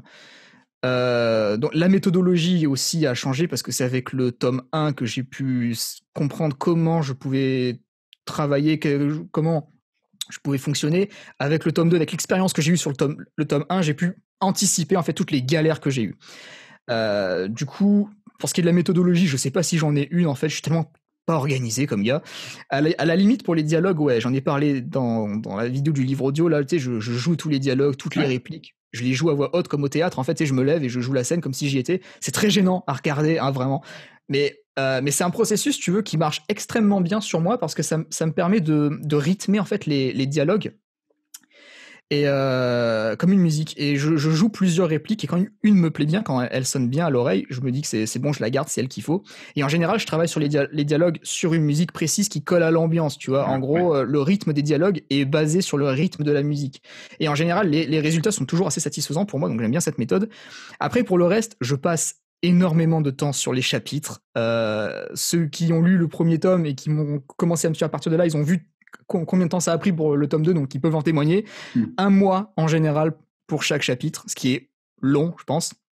Et c'est aussi pour ça, quoi, donc les sorties sont longues, et le bouquin, en fait, je vois ça un peu comme un château de cartes. Chaque chapitre, en fait, est une carte, et si t'enlèves un chapitre, tout le château s'effondre. Et du coup, c'est pour ça que je prends soin de chaque chapitre. Je veux que chaque chapitre apporte quelque chose en plus, que ce soit à l'histoire, à l'univers, ça peut concerner un personnage, mais de manière générale, je fais en sorte que dans un chapitre, il y ait un début, un milieu et une fin. J'essaie de le construire de façon un peu crescendo pour qu'à la fin, on ait juste envie de tourner la page. Voilà. C'est comme ça que je travaille. Ah voilà. Ouais. Ah, très très cool. Pour les dialogues, c'est très original parce qu'en fait, du coup, t'es forcé d'incarner le personnage, tu vois. Et parfois, il y a des répliques qui vont venir en le faisant. Mais c'est exactement ça. Genre, je vais commencer par écrire une ligne de dialogue, je vais commencer à la jouer, et puis je vais partir en impro, en fait. Et c'est comme ça que la plupart des répliques se créent, ouais. C'est l'impro. Ouais, c'est assez ouf, hein, c'est très cool. Et puis en plus, parfois, tu joues un personnage que tu connais, du coup, et tu te rends compte que la réplique que tu as écrite lui correspond pas. Il va pas dire ça à ce moment-là. Exactement, ouais. Ça ouais. Non, vas-y. Ça permet de jouer sur la justesse, en fait. Un personnage, je vais prendre l'exemple du personnage de Greenwalk, qui est un personnage qui est très agressif, qui est très vulgaire. Tu vois, il parle vraiment comme une racaille, hein, c'est comme ça que je le définis, c'est une racaille, le truc. Et je vais pas le faire parler comme un noble ou quoi, tu vois. Il y a des répliques qui sonnent faux selon le personnage. Et il faut travailler dessus, quoi. Ouais. Et le fait de le faire à haute voix, moi je fais la même chose pour mes dialogues. Enfin, je fais la même chose pour tout, mais principalement les dialogues. En fait, tu sais que ça, en fait, lui, il aurait pas dit ça. Elle aurait jamais dit ça de cette façon. Ouais, tu vois. exactement. Et du coup, ça rend c'est comme si tu avais un autre point de vue, tu vois. Tu stimules d'autres perceptions. Là, c'est visuel quand tu lis. Le fait de l'entendre, donc tu stimules une autre façon de percevoir ce que tu as fait, quoi. Et un autre point de vue, du coup. Mais ouais, mais c'est marrant parce qu'il y a des dialogues quand t'écris, ça sonne pas pareil à l'oral, tu vois. Et c'est trop bizarre. Du coup, c'est pour ça que je fais ça avec tous les dialogues, pour me rendre compte, en fait, à l'oreille, si le personnage aurait vraiment dit ça en vrai. Et j'aime bien, en vrai, je m'éclate, hein, là, pour le coup, pareil, je suis un vrai gosse, hein. C'est un prétexte pour mettre ma cape, tu vois, pour mettre dans le personnage et tout. Non, mais c'est clair, comme ça, tu peux t'éclater. Et puis même, ils font... C'est un principe qui se fait au cinéma ou dans les séries, c'est-à-dire que bien sûr, avant le tournage, il y a une lecture à haute voix avec tous les acteurs. Exactement. Et c'est là qu'on retravaille le scénario avant de le tourner. C'est en mode, en fait, en genre de simulation réelle, tu vois, sauf que bon, là, il s'avère que t'es schizo parce que tu le fais toi-même, tous les persos. C'est ça, mais c'est totalement ça. Mais c'est la même chose. Mais les dialogues, c'est un vrai métier, c'est dialoguiste, je crois, et du coup, il y a une vraie science derrière tout ça, si tu veux, pour vraiment faire des bons dialogues. Donc c'est pareil, c'est un métier à part entière, c'est compliqué en vrai à comprendre et à gérer, hein, mais c'est vachement passionnant, je trouve. Bien sûr. Et puis les dialoguistes, en France, on a du Audiard ou d'autres dialoguistes très connus. Mais en fait, sinon, c'est rare que le dialoguiste soit connu parce qu'il y a d'autres choses qui sont mises en avant. Mais en fait, c'est le fondement qui fait que ta scène peut être géniale. Tu vois. Exactement. Le texte que tu sers à ton acteur ou quoi, c'est ce qui va déterminer si la scène est bonne, quoi. Donc tout repose sur ça en vrai. Ouais. C'est pas pour rien que bon, du coup, en parlant de cinéma, des réalisateurs comme Quentin Tarantino, Guy Ritchie, en fait, sont connus pour leur réalisation originale, mais en plus de ça, pour leurs dialogues originaux. Tu vois. Et puis en plus, les acteurs qui sont assez cool. Ouais. Ok, et ça, c'est l'aspect écriture. Ok, merci, c'est cool, parce que c'est une méthodologie. En fait, tu dis que t'as pas vraiment de méthodologie, mais en fait, t'en as. Ouais, j'en ai une, mais bon. En fait, c'est balisé, et il s'avère que dedans, c'est peut-être un peu freestyle, mais t'as des grosses balises quand même. Tu vois. C'est vrai quand même que je fais quand même pas mal de plans pour savoir ce qui va arriver dans le chapitre. Donc oui, c'est vrai que j'ai une méthodologie, c'est vrai. Mais je me sens comme quelqu'un de désorganisé, du coup, j'ai pas l'impression d'être quelqu'un d'organisé. Okay. Mais ouais, c'est vrai. Parce que du coup, tu fais des plans pour ton histoire ? J'ai la ligne rouge, le fil rouge plutôt. Ouais. Je sais ce qui va se passer au début, au milieu et à la fin. Donc je commence toujours par la fin pour savoir comment je vais amener l'histoire à cette fin-là. Ah, tu fais ça, d'accord. Et par contre, pour les chapitres, je fais des plans. Par exemple, je vais décider quelle scène, l'ordre d'apparition des scènes qu'on va les lire, quoi, parce que ça peut changer ça peut changer complètement le récit. C'est clair. Donc je fais super gaffe à ça. Je fais aussi gaffe aux informations que je divulgue, mais aussi que je ne divulgue pas. C'est super dur en fait de cacher des informations que tu as envie de dire. J'essaie de cacher des informations, j'essaie de les faire comprendre. Donc les plans, il y en a qui fonctionnent au feeling, tu vois. J'aimerais trop être comme ça. J'aimerais trop aller au feeling et tout est bon, tout est bien, j'ai pas fait de plan, mais je veux pas. Moi, il faut que je planifie parce que sinon, je suis perdu.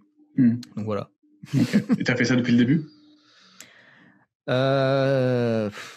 Ou tu t'en es rendu compte ? Alors oui et non. Le tout début de Mardas, j'y allais un petit peu quand même au feeling parce que je savais pas où j'allais, en vrai.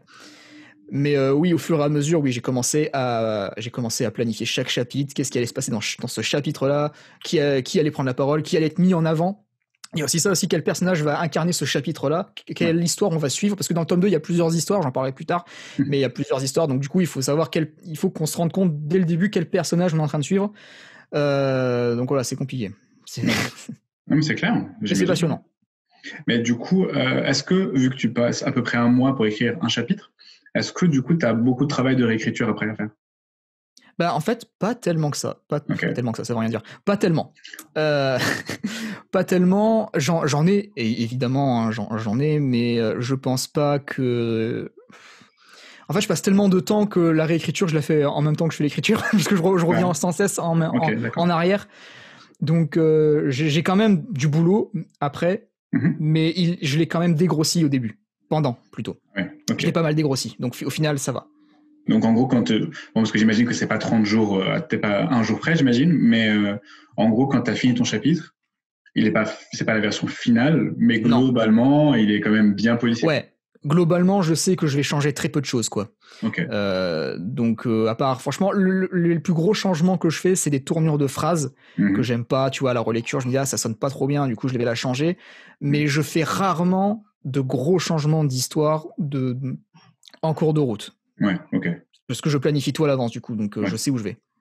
Ok. Et un des aspects qui fait que ça pourrait prendre du temps éventuellement, c'est que tu fais tout toi-même. De la maquette à la couverture, qui est chambée d'ailleurs, tu t'occupes du coup en fait de tout l'aspect. On t'écrit le bouquin, déjà ça c'est une grosse partie, mais tout ce qu'il y a autour, tu fais la com de tout ce qu'il y a autour, tu fais tes jaquettes, tes couvertures, tes je suis auto-édité, hein. Non, il y en a qui sous-traitent, tu vois. Ouais, en vrai, Ouais, oui. Vas-y. Bah en vrai, ouais, eux ils sous-traitent et ils ont totalement raison de le faire s'ils sont dans le rush, s'ils ont pas le temps. Moi c'est ce que je ferais en vrai. Mais comme je peux le faire, je vais le faire, tu vois. Donc ouais, je fais tout. Pour moi, c'est important de tout faire. Quand t'es auto-édité, c'est un peu le concept du truc à la base, c'est de tout faire soi-même. Mais après, oui, comme je l'ai dit aussi dans une vidéo, je conçois que les gens puissent. Par exemple, la correction. Je juste prendre la correction. Ça, par contre, je ne peux pas la faire tout seul. C'est impossible. Aucun auteur ne peut faire sa correction tout seul. J'ai vu ce que ça a donné avec le premier tome, déjà. C'était une catastrophe. Je vais le raconter vite fait pour ceux qui sont pas au courant. En fait, si vous voulez, je venais d'achever le premier tome de Mardas et je découvre du coup qu'il y a la phase de correction. Je découvrais vraiment tout en même temps. Et je savais pas, moi, j'ai pris ça un peu en mode, pas à la rigolade, mais j'ai pris ça un peu léger. Je me suis dit, la correction, allez, tu fais gaffe qu'il n'y ait pas 3-4 fautes d'orthographe et c'est bon. Quelle erreur! J'ai découvert le logiciel Antidote, je connaissais pas à l'époque. Du coup, je l'ai craqué, parce que j'avais pas envie de dépenser 100 balles là-dedans. Je l'ai craqué et je l'ai utilisé et j'ai fait l'erreur. Putain, j'ai fait l'erreur. J'ai sélectionné tout mon texte. En fait, avant, j'ai pris un paragraphe, j'ai testé le logiciel sur un paragraphe et ça avait marché. Tu vois, je me suis dit, putain, c'est puissant comme logiciel, ça fait le café. J'ai sélectionné tout le bouquin, tu vois, mais débile Sans mental. Avoir fait de copie, j'imagine, du coup. Et non! Et non! Non. J'ai sélectionné tout le bouquin et j'ai cliqué sur, en gros, tout corriger d'un coup, quoi. Mais l'erreur ultime à ne jamais faire, ne le faites jamais, les gars. Ça pique un peu, j'imagine. Je l'ai amèrement regretté par la suite parce que ça... J'en ai pas pris plein la gueule parce que ce serait abusé de dire ça, mais en vrai, quand t'as un bouquin qui est plein de fautes et que c'est pas vraiment les tiennes, parce que j'avais fait des fautes, hein, mais en vrai, elles étaient beaucoup moins présentes avant Antidote. Antidote, il a vraiment foutu la grosse merde. Et t'as honte de ton bouquin. T'as honte qu'il soit publié, t'as honte parce que le bouquin, il marchait super bien, tu vois. Je faisais pas 100 ventes par mois, mais j'en faisais entre 50. Ça m'arrivait d'en faire 50, 40, 50, 60 par mois, tu vois. Et t'es là, tu dis, t'es partagé parce que t'es content. Et tu dis, putain, à quel moment je vais recevoir un message qui va me dire, c'est bourré de fautes, frère. Et au bout d'un moment, j'ai commencé à développer une espèce de phobie des avis, des commentaires, parce que je psychotais de ouf, en fait, de recevoir ce genre de message, parce que j'étais au courant qu'il y avait un problème. Je faisais tout en coulisses pour régler ce problème, mais c'est compliqué. Une vraie correction, ça coûte un bras, surtout Mardas qui a énormément de mots. Tu peux pas, c'est dans les 1000 balles, tu vois, plus de 1000 balles pour le coup. Et j'ai en tant qu'auto-édité, j'ai pas cette thune à débourser, tu vois, enfin, c'est compliqué. Donc, la correction, c'est compliqué à gérer. Là, pour le tome 2, ça allait parce que j'ai énormément progressé, forcément, en écriture, en orthographe, en grammaire, tout ça. Il y a des fautes, je suis sûr qu'il y a des fautes. Il y en a quelques-unes, c'est obligé. C'est obligé. Mais, c'est obligé, ce serait trop beau. Mais, ça sera moins dégueulasse que le tome 1. Aujourd'hui, le tome 1, normalement, c'est bon. On a fait une grosse correction avec Mélodie Angevin et tout ça. Elle a vraiment travaillé dessus parce que vraiment, elle voyait que j'étais super mal, que ça me rendait. J'étais pas fier de mon boulot et elle supportait pas de me voir comme ça. Elle a voulu m'aider. Je la remercie énormément pour ça. Ah ouais, c'est un amour, Mélodie. Et Mélodie Angevin qui est auteur, pour ceux qui savent pas. Et qu'est-ce que je voulais dire? Et ouais, du coup, donc la correction, forcément, tu peux pas la faire tout seul. La promo, c'est compliqué aussi à gérer En fait, il y a deux écoles. Quand t'es l'auto-édité, t'as l'artiste et t'as le vendeur. C'est deux univers totalement différents et c'est très dur en fait de jongler entre les deux. Moi, ça va, je suis autodidacte, du coup, j'ai l'habitude de me former tout seul sur Internet. Je déteste être en salle de cours et tout, donc je préfère me débrouiller tout seul. Du coup, c'est comme ça que j'ai appris, que je me suis formé en fait au marketing, à la communication, tout ça. C'est comme ça que j'ai fait. Donc, ça va. Mais c'est vachement compliqué. C'est tellement imprévisible. C'est compliqué. Donc, je comprends que les auteurs galèrent. C'est pas évident. Non, c'est vraiment pas évident. Non. Est-ce que le fait que tu es autodidacte, ça, franchement, bravo, parce que tu fais plein de trucs, et tu les fais très bien. Donc, en fait, franchement, bien joué. Merci beaucoup. Je t'en prie. Est-ce que... comment c'est venu? Parce que tu es présent sur les réseaux sociaux, tu as une chaîne YouTube, tu as un compte Instagram, entre autres, et tu communiques dessus très fréquemment quand même, tu vois. Et donc, on comprend bien ton univers, on comprend ce que tu proposes, même sans avoir lu les livres, on comprend où on pourrait mettre les pieds, tu vois. Comment c'est venu cette envie? Est-ce que c'est une envie de partager ça? Est-ce que tu t'es dit que du coup, tu as pris les deux casquettes, donc tu as choisi l'autre du coup pour faire ça? Comment c'est venu cette affaire? Ah bah de toute façon, c'est pas que j'ai choisi de faire ça, c'est que c'était une nécessité en fait pour pouvoir faire parler de moi, de ma saga, parce que avant de publier le bouquin, j'étais personne, il y avait personne qui me connaissait, il y avait vraiment personne qui me suivait, j'avais 4 amis sur Facebook, enfin je partais mal quoi, et en plus j'avais commencé sur Facebook, donc encore pire, tu vois. Ouais, c'est l'usine à gaz. Ouais, et en plus, au tout début, mon conseiller il me demandait de la mission locale, il me disait, tu vas faire comment pour la pub? Et moi, tu sais, tout confiant, je dis, bah, je vais payer de la pub sur Facebook, tu vois, mais je croyais à mon idée. Quelle erreur! Je l'ai fait, hein, les premiers mois, hein, ça marchait pas. Mais Facebook, c'est pas la même communauté, c'est surtout pas ma communauté, c'est pas ma cible. Et j'ai mis du temps, un petit peu de temps avant de me mettre sur Instagram. Mais Instagram, c'est ce qui a vraiment, vraiment fait décoller les ventes. Parce que bah, le public était là pour le coup. Hein. Mais c'est marrant parce que je suis pas très réseaux sociaux à la base.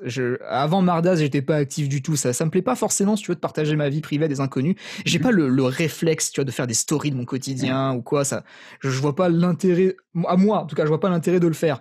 Même si on a tous un côté voyeur et qu'on en aime bien, mais moi ça me fait chier de faire ça. Et pourtant j'ai dû passer outre parce que en auto-édition, les réseaux sociaux c'est l'outil le plus puissant. C'est vraiment ce qui va déterminer si oui ou non ton bouquin il marche quoi. Et c'est complètement grâce à ça que j'ai pu faire décoller mes ventes. C'est complètement grâce à ça que j'ai pu avoir de bons revenus aussi parce que faut en parler aussi de ça. Et après, est-ce que j'aime ça? Oui et non. Parce que bon, il y a des bons et des mauvais côtés aussi sur les réseaux sociaux. Les bons côtés, c'est que ça m'a permis de rencontrer des gens formidables, hein, des gens passionnés, des gens qui avaient de l'amour à donner avec un grand cœur et qui te le montraient, tu vois. Et ces gens-là, je les aime vraiment. C'est pour ça que j'aime beaucoup Instagram, c'est que la communauté est beaucoup plus, je trouve, beaucoup plus saine que sur les autres réseaux. Twitter, par exemple, pour moi, c'est le temple du drama. Même si t'es pas comme ça, t'es attiré dans cette spirale toxique et il y a rien de bon qui en sort. Instagram, je suis tout de suite tombé sur des gens bienveillants, agréables.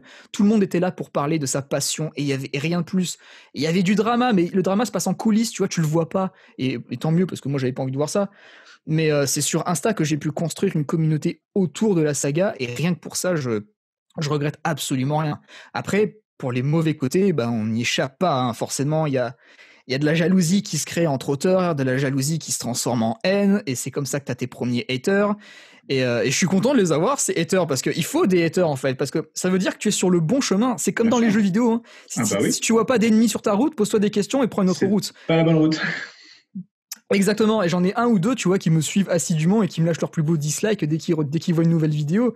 Et vu que je réponds pas aux messages de haine que je reçois, ils essayent de m'atteindre autrement, sauf que je m'en branle, tu vois. Mais je laisse couler. Ils ont besoin, ils arrivent pas à briller par eux-mêmes, ils ont besoin de la lumière des autres pour exister. Donc si ça peut leur apporter un peu de gaieté dans leur vie, qu'ils le fassent, grand bien leur face. Après, il y a un truc qui m'agace sur les réseaux, et je vais peut-être me faire taper dessus, mais bon, c'est cette conscience qu'on a qu'on essaye d'imposer au public qui est, si vous voulez soutenir un auto-édité, alors achetez son livre, commentez ses posts, likez-les, partagez-les, c'est hyper important pour leur visibilité, l'engagement, combattre l'algorithme, tout ça. Ça va en choquer peut-être plus d'un, mais je suis contre cette pratique et je vais t'expliquer pourquoi. Dis-moi. Je ne veux pas bâtir ma carrière d'auteur sur du soutien. Si tu achètes mon livre, je veux que tu l'achètes pour toi, pour ton plaisir, pour ton envie, pas pour me soutenir. C'est pas le soutien qui va me faire évoluer, tu vois, mais la valeur de mon travail. Acheter mon livre juste pour me faire plaisir, pour servir une pseudo-cause, avoir une bonne conscience, puis ranger le livre dans une boîte et jamais le lire, moi ça m'intéresse pas d'avoir ce genre de supporter, tu vois. Ouais. Le soutien, c'est comme le respect, ça se mérite. C'est de même pour les réseaux, c'est pas à moi en tant que public, de mettre en avant les publications des auteurs. C'est leur boulot de rendre ça attractif et intéressant. J'ai pas envie de commenter juste pour commenter, surtout si le post est vide d'intérêt, tu vois.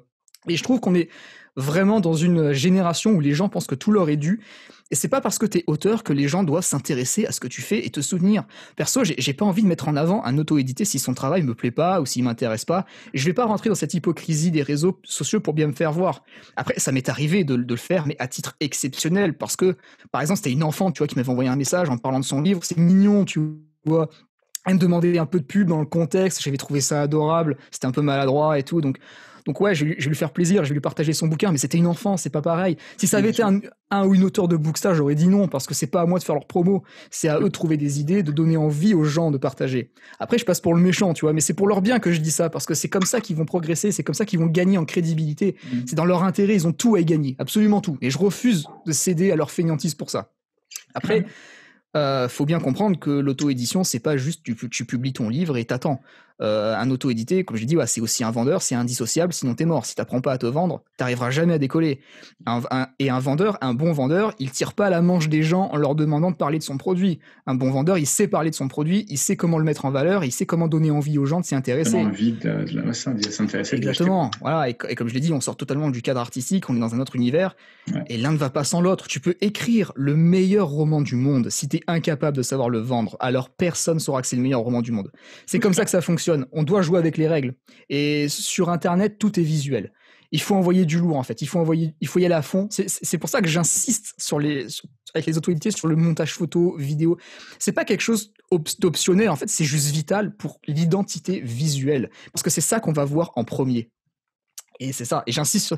Les gens ils disent « Ouais, mais je sais pas faire. Hein. » Mais moi non plus, je savais pas faire au début. Hein. J'ai commencé comme tout le monde. Hein. Après, voilà, ça dépend des priorités. Il y en a, tu vois, ils veulent juste publier pour leur plaisir, ils s'en foutent de faire des ventes. Bien sûr, il n'y a aucun souci si t'as pas envie de faire de la com, mais je m'en fous, tu vois. Au contraire, si toi t'es heureux, c'est comme ça, c'est bien. Mais si t'as la volonté vraiment d'être professionnel et vraiment de vouloir un petit peu changer l'image de l'auto-édition, qui est quand même assez mauvaise, on va dire, à la base. C'est ce que j'essaye de faire à mon niveau, et pourtant, tu vois, j'ai publié le premier livre plein de fautes, donc tu vois, ça commence bien. Mais j'essaye de faire vraiment tout ce que je peux pour casser un petit peu cette image de l'auto-édité amateur qui est incapable de faire quoi que ce soit. Donc j'essaye de montrer l'exemple à mon niveau du pauvre, tu vois, je suis personne en vrai, hein, mais... Non, mais c'est clair, mais ça, en fait, ça se construit à des petits niveaux pour que ça devienne un truc important. En fait, il s'avère que si une majorité le considère comme une profession, tu vois, c'est ce qui fait qu'en fait ça devient crédible et du coup que l'opinion change. Tu vois, parce que c'est-à-dire que si je sais plus, j'ai vu sur Instagram un livre qui parle du caca auto-édité et tu sais, sans correction, la couverture déjà, en fait que ça parle de caca ça me dérange pas, c'est très cool, tu vois. C'est marrant, moi j'adore. Ouais, carrément, y a pas de problème. Mais ça veut dire que la couverture était dégueulasse, toute pixelisée, qu'il y avait pas de correction de faute d'orthographe, etc. Donc en fait, c'est-à-dire que tu peux parler de ce que tu veux, mais en fait là c'est pas pro. Tu vois. Non. Et en fait, c'est ce genre de production qui font que c'est considéré comme de l'amateurisme et que du coup, par exemple, il y a des salons qui refusent les autorités, il y a des librairies qui n'acceptent pas, il y a une opinion publique en fait défavorable dans l'idée, quoi. Tu vois. C'est ça, mais c'est totalement ça. C'est vrai que des fois, ça me pique, quand je suis sur Facebook, ça me pique les yeux de voir des couvertures pixelisées, mais c'est un montage paint, le truc, tu vois, c'est absolument ignoble. Et, mais je conçois que les gens, ils savent pas forcément faire, ils n'ont pas forcément les compétences, ça s'apprend.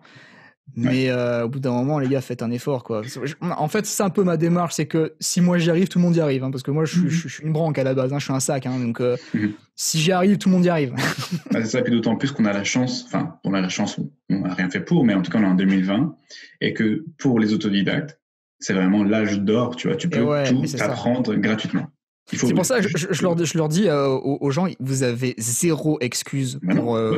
On est en 2020, tu l'as dit, on est en 2020. Il y a 1 milliard de tutos pour savoir faire tout, exactement tout et n'importe quoi. Donc non. Je suis très d'accord en fait. Et puis il y a plein d'outils gratuits parce que même si l'argent devient un problème, tu as plein d'outils gratuits pour faire des beaux trucs. C'est vrai. Alors moi je craque tous mes logiciels, donc pour le coup c'est gratuit quand même. Mais c'est grave, voilà. Mais bon, si tu veux être carré, tu vois. Voilà. Tu peux faire, tu as des outils gratuits qui sont mais moi j'utilise des trucs qui sont payants parce que je suis à l'aise avec ces logiciels-là, mais il y a des logiciels qui sont gratuits, ils sont absolument formidables, hein, genre GIMP par exemple. Bah oui. Que j'ai utilisé en formation, c'est un logiciel qui est extraordinaire, c'est Photoshop en vrai qui est gratuit. Si tu sais bien l'utiliser, tu fais des trucs de malade avec. GIMP c'est génial. Il y a GIMP, il y a quoi d'autre qui est gratuit aussi pour le montage vidéo par exemple. Il y a DaVinci Resolve qui est passé en gratuit et il est génial. Franchement, c'est une tuerie ce logiciel. Donc vraiment les gars, allez-y quoi. Allez-y. C'est du boulot. C'est dur, c'est du boulot en vrai. Tu t'arraches les cheveux, mais ça vaut le coup. Franchement, je vous le dis, ça vaut le coup les gars. Non mais c'est clair. En fait, c'est ce qui fait la différence. Une couverture d'un bouquin, c'est un des gros aspects qui va attirer les gens. Les gens vont pas lire tout le bouquin pour savoir s'ils vont bien aimer quoi. Évidemment. Moi j'aime bien faire des couvertures un peu épique cinéma, tu vois, genre vraiment le truc, ça attire le regard. J'adore faire ça. Mais ouais, mais c'est clair que ça fait tout le taf. Puis ça fait tout le taf. Puis c'est comme ça que tu fais des ventes, c'est comme ça que tu décolles, c'est comme ça que tu as des revenus. Je veux dire, ça vaut le coup, les gars, vraiment. Non, vraiment. En fait, c'est ce qui fait la diff entre un bouquin que tu vois et que tu te dis bof, et un bouquin que tu te dis putain, c'est quoi? Et tu sais que tu sois intrigué au point de lire la quatrième de couverture. Et peut-être après, tu vois. En fait, c'est un entonnoir en fait d'action. Et ouais, exactement. Mais c'est hyper important la couverture. Hein. C'est la fenêtre qui donne sur ton univers. Hein. Donc franchement, si la fenêtre est sale, t'auras pas envie d'y aller, quoi. Non, tu vas pas. Non, mais c'est clair. Après, effectivement, oui, c'est compliqué de maîtriser certaines compétences, ça prend du temps, etc. Mais en fait, c'est rentable parce que tu l'apprends une fois, après tu sais le faire, quoi. Mais c'est exactement. Regarde, j'ai pas besoin de payer un graphiste, j'ai pas besoin de payer un monteur, j'ai pas besoin de payer quelqu'un pour faire la promo, je me démerde tout seul. Bien sûr. Et je suis heureux et j'adore mon métier en vrai, j'adore faire ça, c'est vraiment une passion.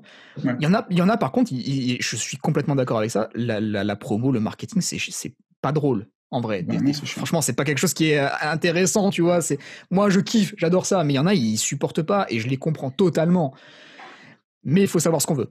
Mais c'est nécessaire. Enfin, si tu te mets en mode professionnel de l'auto-édition, en fait, tu peux pas juste balancer ton bouquin et c'est bon, tu vois. Exactement. Grosse erreur. C'est pas possible. En fait, et tu peux pas non plus Oui. Non, vas-y, je t'en prie. Non, je disais, tu peux pas non plus te reposer sur les autres aussi pour vendre. Non, faut leur donner envie, tu vois, et ça, c'est ton boulot, quoi. Et en plus, je trouve ça très dommage parce que tu as passé énormément de temps, ou peu importe le temps que tu as passé dessus, mais en tout cas, c'est des efforts pour l'écrire.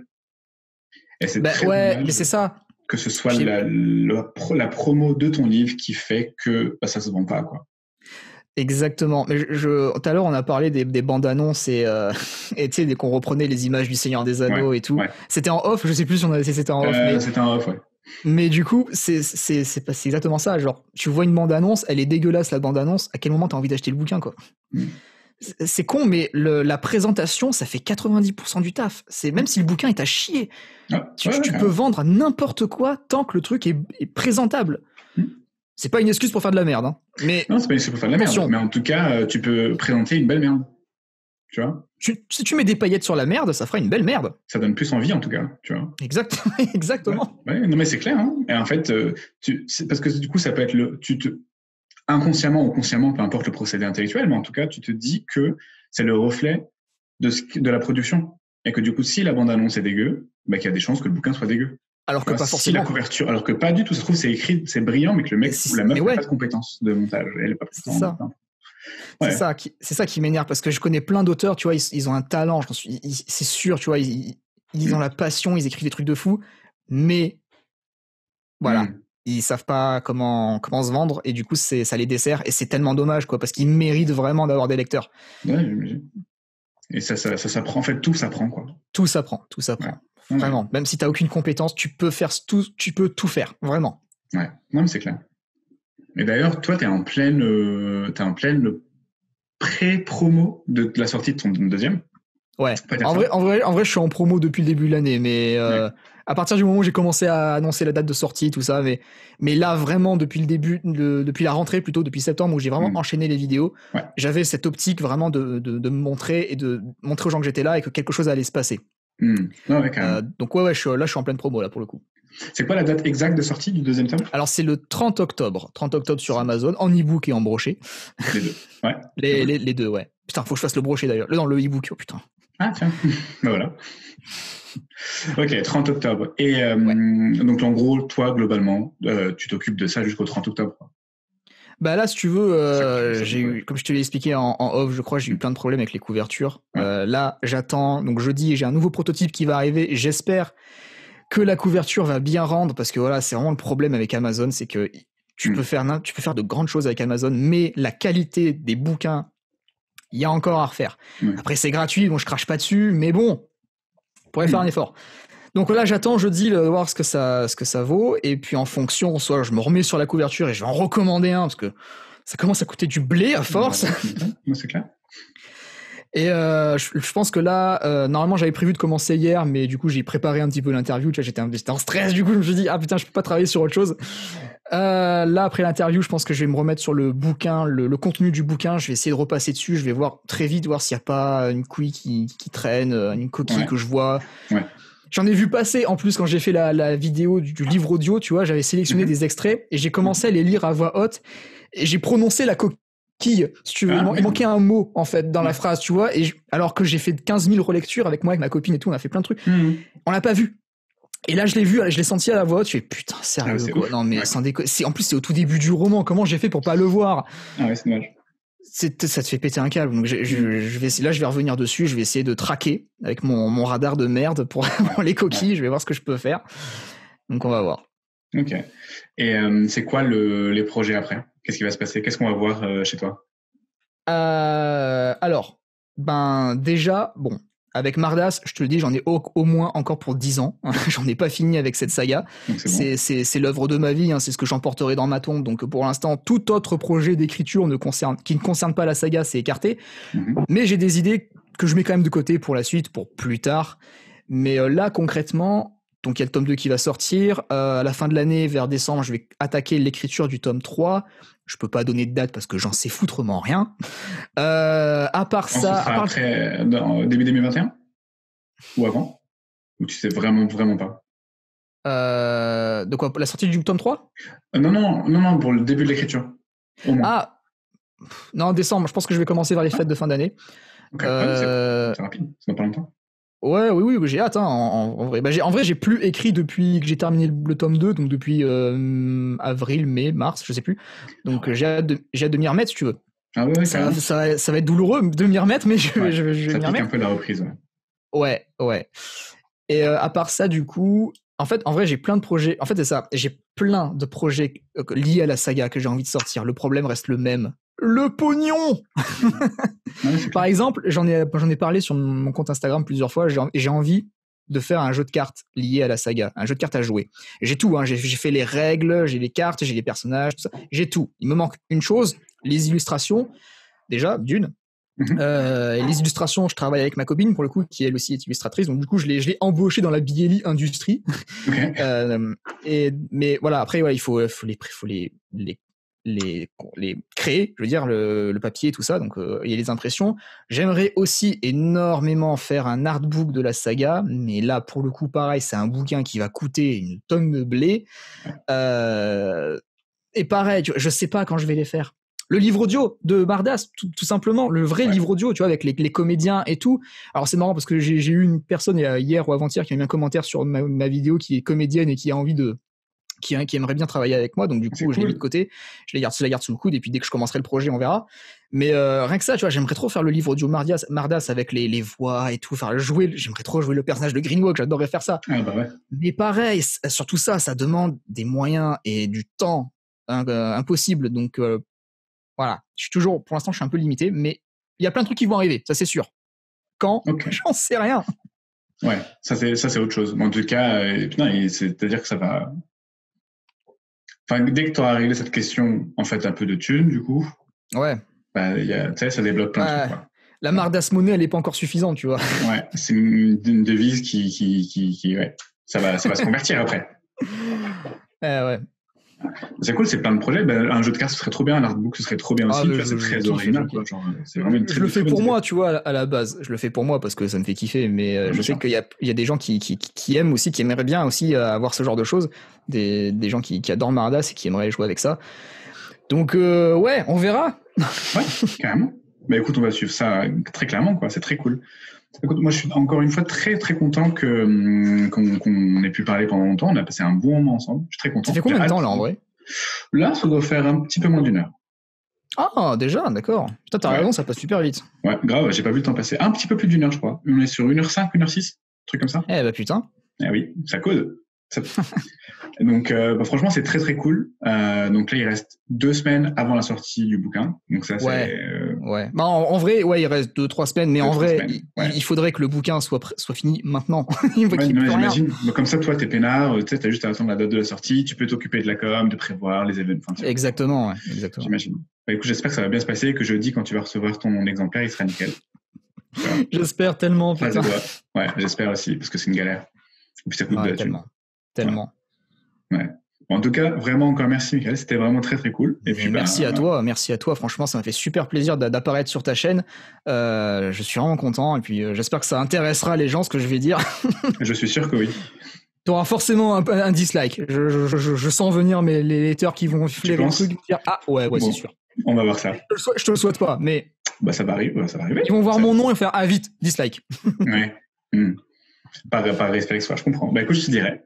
Par réflexe. Ouais. Bah écoute, encore une fois, vraiment merci et prends soin de toi. J'espère que ça vous a plu aussi parce que vous avez passé un aussi bon moment que moi avec Michael. C'est très très cool. Et bah écoute, j'ai hâte de voir ça sur les réseaux, entre autres, de voir la sortie, les événements, tout ce que tu vas nous proposer qui est génial.